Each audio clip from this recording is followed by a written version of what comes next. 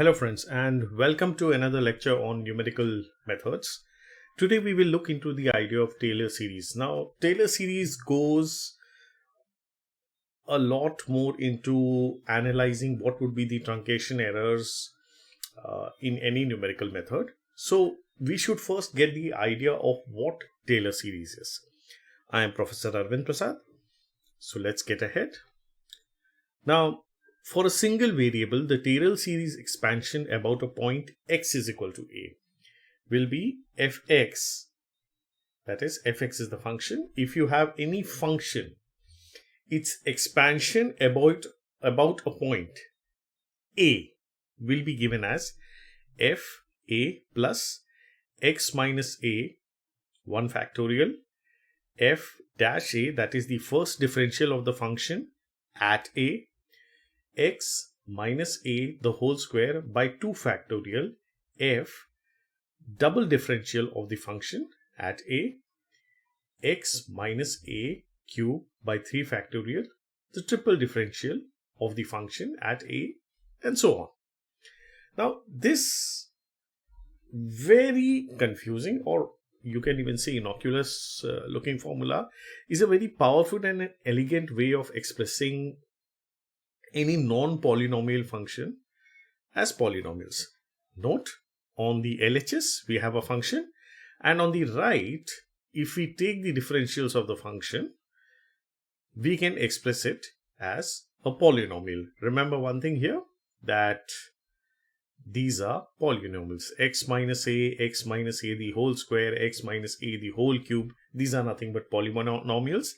And f dash a, f double dash a, and f triple dash a is the value of the function at point a for various differentials. That is the first differential, the second differential, and the third differential. Now let's look at an example to understand this. Let's assume we have expanded the function e raised to x around x is equal to 0. So therefore we get e raised to x as e raised to 0 plus x minus 0 1 factorial e raised to 0 plus x minus 0 square over 2 factorial e raised to 0 plus x minus 0 cube over 3 factorial e raised to 0 plus so on. Now this can be written as e raised to x 1 plus x square by 2 plus x cube by 6, so on.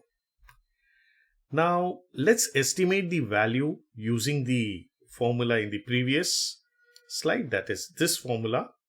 Let's estimate the value of e raised to 1. So what we have is e raised to 1 is 1 plus 1 over 2 plus 1 over 6 plus 1 over 24 plus 1 over 120. Now I have taken the estimates till the fifth differential.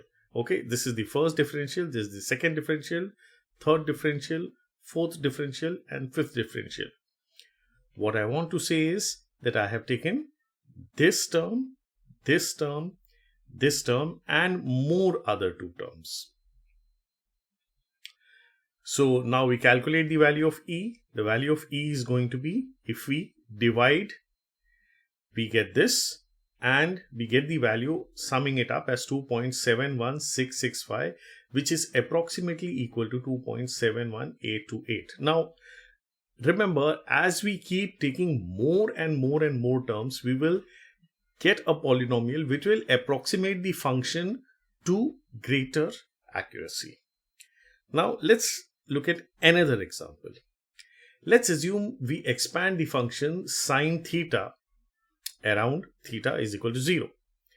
Therefore, this is what we get. This is on your screen. Sine theta is equal to sine 0, theta minus 0 over 1 factorial cos 0 minus theta minus 0 the whole square by 2 factorial sine 0 minus theta minus 0 cube over 3 factorial cos 0.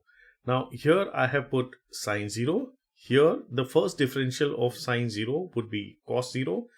The second differential would be minus sine 0. And the third differential, of course, will remain as cos 0. The reason this minus sign is going to remain because we are differentiating it 3 times. So we can write sine theta is equal to this.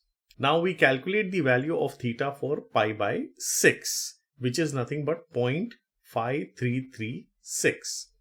So for this we have sine theta is equal to, we write this.